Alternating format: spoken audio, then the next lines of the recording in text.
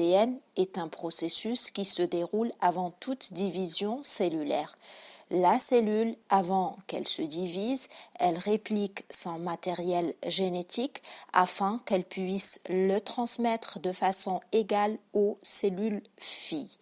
C'est un processus assez complexe, mais en même temps ordonné. Il est sous le contrôle d'une multitude d'enzymes, dont les ARN polymérases et d'autres protéines. Cette réplication, elle se déroule aussi bien chez les cellules prokaryotes que chez les cellules eucaryotes. Elle est plus ou moins complexe chez les eucaryotes. La réplication, elle se déroule chez les eucaryotes au cours d'une phase dite S, au cours du cycle cellulaire. S par rapport à synthesis. Donc cette cellule eucaryote, elle réplique son matériel génétique avant d'entrer en division qui est la mitose. Caractéristique de cette réplication, la réplication, elle est dite semi-conservatrice, c'est-à-dire que chaque brin de cette double hélice va servir de matrice. Dans les deux cellules filles, on a un nouveau brin nouvellement synthétisé et on a le brin qui a servi de matrice. Donc la synthèse du nouveau brin se fait par complémentarité des bases azotées. Donc l'adénine qui va qu'avec la thymine et la cytosine qu'avec la guanine. Deuxième caractéristique de la réplication est orientée. Ça veut dire que la synthèse de l'ADN, elle se fait toujours dans le sens 5', 3'. Elle est également dite bidirectionnelle. Les deux brins sont déroulés dans deux directions opposées pour que chacun des deux brins sert de matrice. Elle est également semi-discontinue.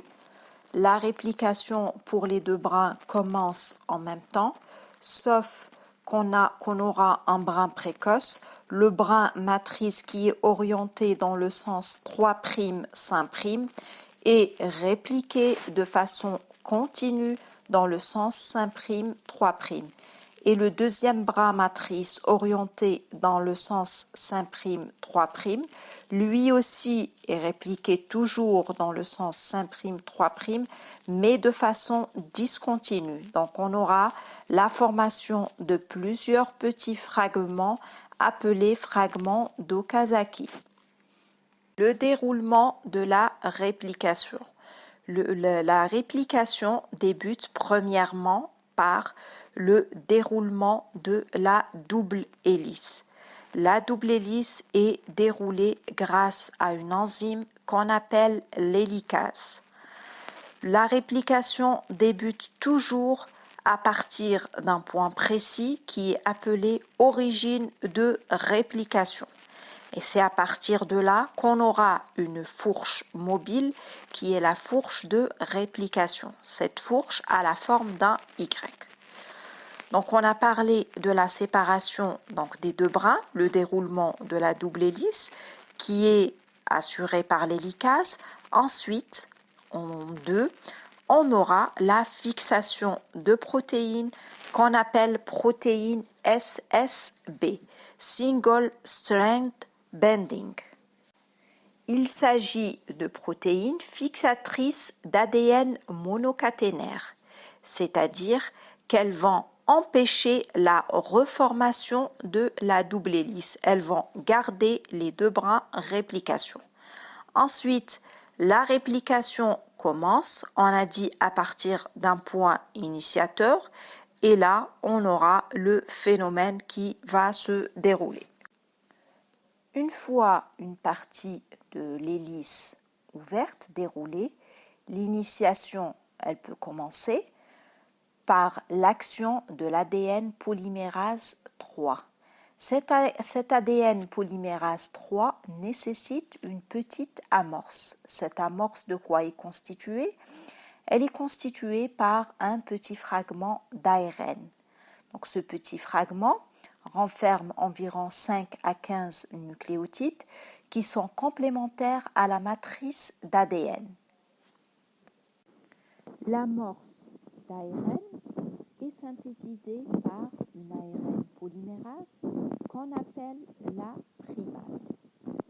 Cette amorce, c'est juste pour initier l'ADN polymérase 3 à la réplication. L'amorce est par la suite détruite. La brèche, elle sera comblée par une ADN polymérase 1. C'est qu'à partir de ce court fragment d'ARN que l'ADN polymérase 3 va commencer à ajouter des 5 désoxyribonucléotides. Puisque les brins de cette double hélice sont antiparallèles, c'est-à-dire l'un orienté dans le sens 3', 5' et le deuxième orienté dans le sens 5', 3', et que cet ARN, plutôt cet ADN polymérase 3 synthétise de l'ADN uniquement dans le sens 5', 3', la synthèse au niveau de cette fourche de réplication va se faire dans la même direction, donc pour un brin, celui orienté dans le sens 3', 5', et pour le deuxième, elle va se faire dans le sens opposé. Donc par conséquence, qu'est-ce qu'on aura? On aura donc un brin qui est synthétisé de façon continue, qu'on appelle le brin précoce, et le deuxième brin, donc qui est dans le sens opposé, il va être synthétisé de façon discontinue. Il est appelé brin retardé. Donc ce brin retardé, il est synthétisé sous la forme de petits fragments qu'on appelle les fragments d'Okazaki, qui font environ 1000 à 2000 nucléotides. Pour les fragments d'Okazaki, plusieurs amorces d'ARN sont donc nécessaires. Donc par la suite, ces amorces vont être retirées et supprimées et on aura l'action d'une enzyme qui est l'ADN ligase qui va venir et qui va lier les différents fragments d'Okazaki. À la fin de la réplication, on aura l'action de la topoisomérase 2 qui va provoquer donc une cassure au niveau des doubles brins, donc pour séparer les deux molécules phi qui ont été synthétisées. On a vu là un aperçu général sur le phénomène de réplication avec ses caractéristiques principales. On a dit qu'elle est premièrement semi-conservatrice. On a donc un brin matrice et un brin nouvellement synthétisé. On a dit qu'elle est orientée. Ça veut dire que la synthèse, elle ne se fait que dans le sens 5', 3'. On a dit qu'elle est bidirectionnelle, c'est-à-dire dans des sens opposés, donc pour les deux brins. Et on a dit en même temps qu'elle est semi-discontinue, ça veut dire qu'on aura un brin précoce et un brin tardif qui est synthétisé sous la forme de petits fragments appelés fragments d'Okazaki. On a vu également le déroulement, c'est-à-dire de l'initiation à partir d'une origine qui est l'origine de réplication, la formation de la fourche, le déroulement de la double hélice, ensuite l'action des ADN polymérases jusqu'à la terminaison. Donc c'est un aperçu général.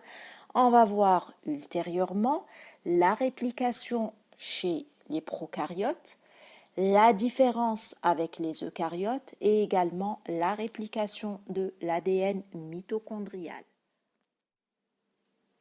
La réplication de l'ADN